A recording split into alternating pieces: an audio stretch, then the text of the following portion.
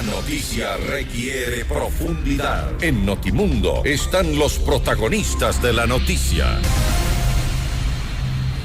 Y a esta hora hacemos contacto con el abogado Diego Ordóñez, en este momento ya ex asambleísta del movimiento Creo, para hablar sobre las decisiones y sobre su decisión de renunciar al cargo, además de el gobierno si debe reforzar sus estrategias políticas y de comunicación, también sobre las críticas que ha hecho en su renuncia al legislativo. Abogado Ordóñez, muy buenas tardes. Fausto Yepes le saluda desde los estudios de FM Mundo. Bienvenido. Muchas gracias, buenas tardes. Gracias. Bueno, usted ha dicho en su intervención que no se siente cómodo, que ya llevaba tiempo sin sentirse cómodo en el legislativo, pero un poco cuando se meten para la asamblea, uno entra a lidiar precisamente con eso. Cuando uno entra a la asamblea o a un parlamento que representa a la democracia y que representa además la diversidad política, geográfica, étnica de una sociedad, entra para el debate, para la discusión, para la confrontación incluso. En esta lógica me parece que es la que se debe desarrollar la actividad de desenvolver una asamblea. Lamentablemente en la Asamblea Nacional, en nuestra Asamblea Nacional, en esta Asamblea Nacional, esto es muy complicado de llevar a cabo, porque no hay un debate de ideas, hay un cruce de consignas, un discurso clientelar, un discurso populista, que es ciertamente agobiante en lo personal y en lo político, que representa exactamente el camino por el cual el Ecuador no debe transitar. Necesitamos una clase política que entienda que la política está para la grandeza, no para responder a intereses específicos de sectores, de personas, de partidos, incluso a intereses de la corrupción. Entonces, sí, yo entré a la asamblea, había estado un breve periodo hace algunos años en un congreso, he sido testigo de muchísimos congresos en el Ecuador y pensaba que en ese espacio es en donde se van a construir, digamos, normas y verdades que sean el resultado de este proceso racional de debate. Esto no se ha llevado a cabo, no se ha concretado y no veo, más allá de que sin duda hay excepciones en la asamblea que son muy notorias, no veo que exista pues la posibilidad de que esta dinámica cambie. Ahora, el reto y también el compromiso que asumió en su momento con los electores, con quienes le aportaron con el voto, era precisamente ser parte de este equilibrio. Y si usted se queja del resto de asambleístas, de que hay una asamblea donde no se siente cómodo, donde se ha perdido el debate, donde se discuten temas incluso con sesgo personal, pues ahí está precisamente el reto de un asambleísta que podría, de acuerdo a su criterio, dar este equilibrio y responder a sus electores. Yo llegué a la asamblea como parte de un proyecto político que está representado por el gobierno, en el gobierno por el presidente Lasso. La asamblea y los miembros de Creo en la asamblea, lo que somos es parte de ese proceso. Yo no he renunciado a ser parte de ese proyecto, yo no he renunciado ni he desistido a mi tarea política de impulsar ese proyecto político. Lo voy a hacer desde otro escenario. Creo que en la asamblea el espacio está agotado, por lo menos así yo lo percibo, y creo que en términos de eficiencia, porque también juegan, digamos, algunas expectativas personales en cuanto a los resultados, creo que hay otros espacios en donde puede haber mayor nivel de eficiencia que impulse un proyecto político. Yo no llegué a la asamblea solo, yo no tengo electores propios, sino que son electores de este proyecto político que se representa en la figura del presidente Lasso. Ahora, pero usted también ha dicho en parte de su discurso de renuncia que pierde sentido el debate dentro de esta Asamblea Nacional, al menos tal como está concebida y tal como está operando. Pero ¿por qué pierde el sentido? Un parlamento básicamente es así, se discrepa, se debate, se gana, se pierde. Decía hace un momento que eso es lo que debe ser un parlamento.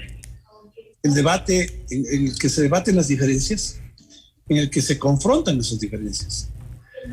Pero me parece que lo que ustedes han podido advertir durante el ejercicio de estos 8 meses de la actividad de la Asamblea, no hay este espacio de discusión de debates, de debate de ideas, sino de, como decía hace un momento, de consignas, de frases hechas, de lugares comunes, ¿no? de soluciones ilusorias, de un debate que no está centrado en realidades, en hechos, ¿no? En evidencias, sino que se dispara desde la lógica más bien electorera, ¿no? Con ese discurso que es atávico de la política ecuatoriana, ¿no? Ese discurso populista, que lo que hace es desviar las verdaderas soluciones de los graves problemas que aquejan a los ecuatorianos por soluciones que son irrealizables.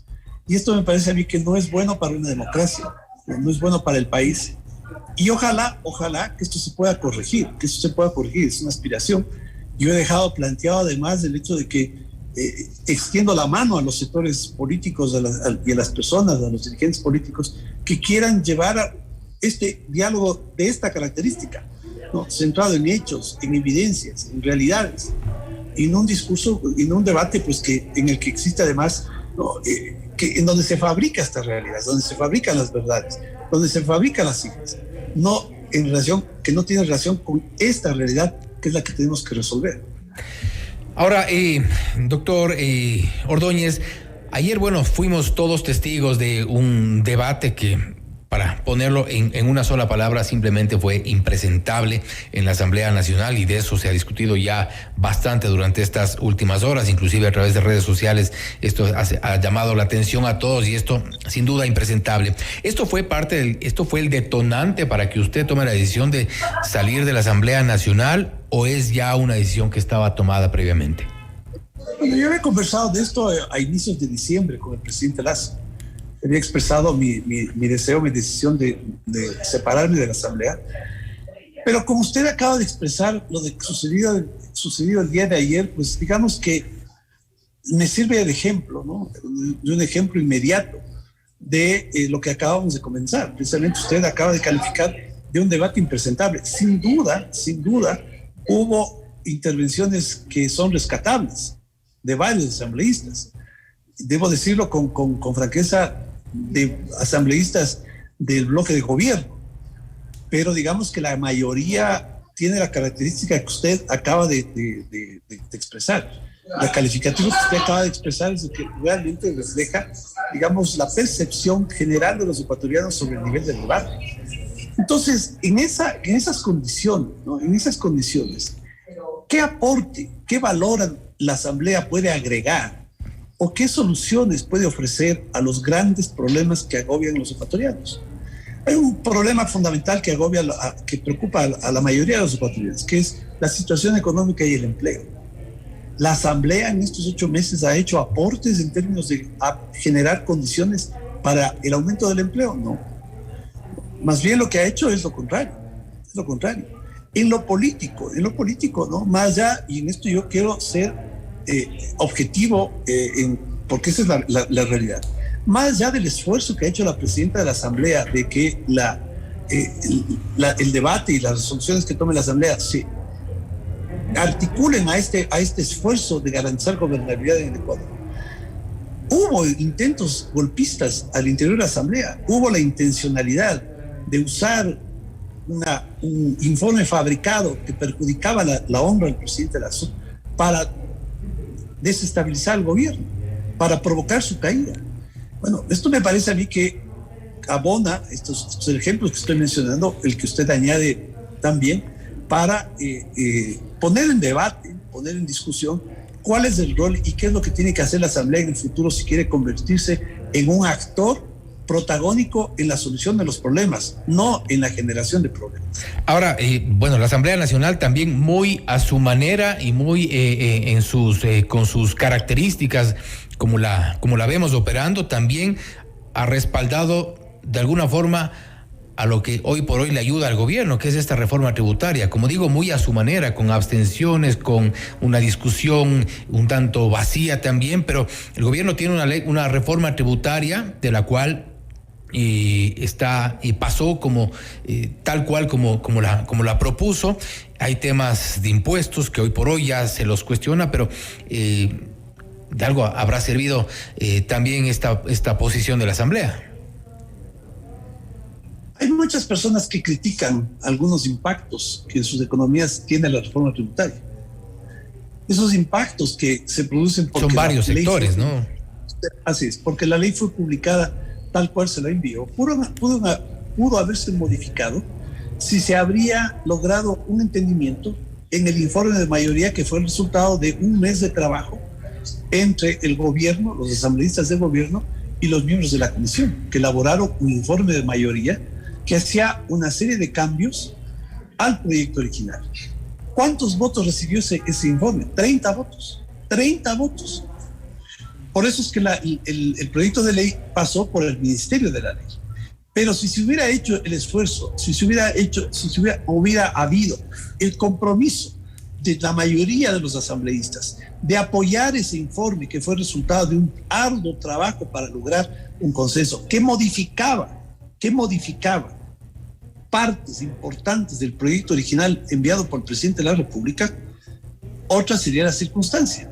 Entonces, fíjese usted que la falta de debate y la falta de compromiso, los prejuicios, las consignas, las agendas políticas se imponen por sobre la racionalidad que debería ser la que anime, estimule, ¿no?, la conducta política de los asambleístas. Si habrían apoyado ese informe de mayoría, que fue el resultado del trabajo de la comisión, que la comisión tiene una variada representación política, y el gobierno, otro sería el escenario. Bueno, con falta de debate y con todos los problemas que surgieron para entonces, el gobierno tiene una reforma tributaria a la medida. Ahora, usted también en su intervención destacaba parte del trabajo de la Comisión de Fiscalización de la Asamblea Nacional. ¿Qué destaca de esta asamblea en la cual durante tanto tiempo no se ha sentido cómodo? Dice usted que en el trabajo de la Comisión de Fiscalización existe un aporte muy importante en la lucha anticorrupción. Yo debo reivindicar el trabajo que ha hecho esa comisión y fundamentalmente su presidente, Fernando Villavicencio, que ha ayudado a que en el Ecuador se destapen una serie de hechos, de circunstancias, de negociados, ¿no?, que han puesto en la mira, que han puesto en evidencia toda la corrupción vivida durante los últimos 14 años. Entonces, me parece que ahí hay un resultado importante, pero incluso en ese ambiente, fíjese usted que se produjo hechos como los de algunos asambleístas, ¿no?, criticando, ¿no?, denostando, atacando la gestión de la Comisión de Fiscalización. Últimamente, cuando el presidente de la Comisión de Fiscalización llevó a Bogotá los resultados de la investigación sobre este gran escándalo de lavado, de millonario lavado de dinero usando la figura del Sucre, hubo asambleístas que desde la Asamblea levantaron su voz de protesta, cuando lo que debieron haber hecho es aplaudido y estimulado que ese proceso siga adelante. Entonces, también aquí hay un déficit, porque si no fuese por la tenacidad del presidente de la Comisión de Fiscalización, probablemente tampoco en el área de fiscalización podríamos tener un resultado como el que tenemos ahora. Abogado Ordóñez, finalmente, ¿a qué cargo se va? Se ha trascendido que va de consejero de gobierno del presidente Lasso. ¿Cuáles serán sus funciones en el gobierno? Cuando hablé sobre este tema con el presidente de la República, él planteó esa posibilidad. Yo la acepté, me pareció una alternativa en la que, precisamente en la línea de lo que le decía hace un momento, de mantenerme activo en el proyecto político, ¿no? Más cómodo que en la Asamblea. De gobierno orientada al cumplimiento de ese plan de gobierno. Él me dijo pues que había esta alternativa de trabajar junto a él en este esquema de consejería en el área de la política, y espero que el presidente está de viaje y pues ya esto se concretará cuando él regrese. Y ahí se va a sentir más cómodo. Espero que así sea. ¿Qué funciones le esperarían en un caso de que llegue a concretarse esta consejería de gobierno? ¿A dónde apuntaría? ¿Cuáles son sus prioridades? ¿Cuál sería su gestión? en la práctica? Bueno, me parece a mí que es muy importante, ¿no? Que el gobierno tenga un espacio de debate respecto a la estrategia política, respecto a cómo interactúa, hay una interrelación con el resto de funciones del Estado, con la sociedad civil, ¿no? Esto en cuanto a lo político. Y en otros temas que tienen que ver con la agenda de gobierno también hay mucha gestión que se puede aportar en el trabajo en la presidencia. Ahora también, y que con esto quiero cerrar un poco, ha destacado el trabajo de la Comisión de Fiscalización. Bueno, ha dicho que no se siente cómodo, reclama por la posición de los asambleístas, dice que, bueno, sin duda pudo haber sido parte de un detonante lo ocurrido ayer en el debate por la ley de interrupción del embarazo en casos de violación. Pero en estos 10 meses, ¿usted ha presentado un proyecto de ley? No, yo no he presentado proyecto de ley y creo que no es una forma de medición de la gestión que tenga que hacer un asambleísta. Pero sí es parte de las funciones esenciales de un asambleísta. No, porque yo voy como parte de un proyecto político y como parte de ese proyecto político respondo por los proyectos de ley que son los que corresponden a ese proyecto político. El problema radica en que cuando se plantea como indicador de gestión que un asambleísta presente proyectos de ley, terminan presentándose una serie de barbaridades y proyectos que lo que desvían es la atención a los temas fundamentales. Entonces yo no he presentado proyectos de ley, porque para eso fui una asamblea junto con el bloque de Creo como parte de un proyecto político, y eso, dentro de ese proyecto político, los proyectos de ley que se han debatido en la asamblea y que han provenido de la función ejecutiva. Sin haber presentado proyectos de ley, también con una sanción por agredir a una mujer, ¿no le parece que usted le debe más a la asamblea que lo que le debe la asamblea a usted, en donde no se ha sentido cómodo? No es un tema de que me deban o que yo deba, me parece que es una muy mala conclusión. Yo no estoy pidiendo que nadie me debe o que yo les deba. Y el hecho de que me haya sido sancionado, ¿no?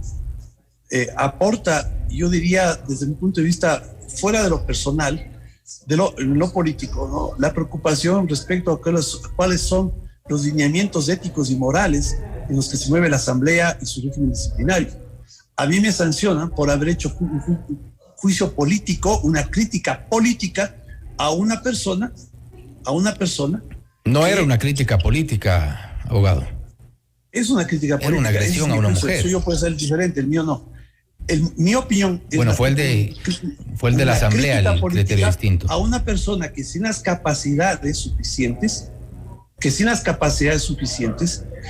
arrancó una campaña de desprestigio contra el presidente de la República. Ahora, la asamblea y el CAL resuelve una sanción.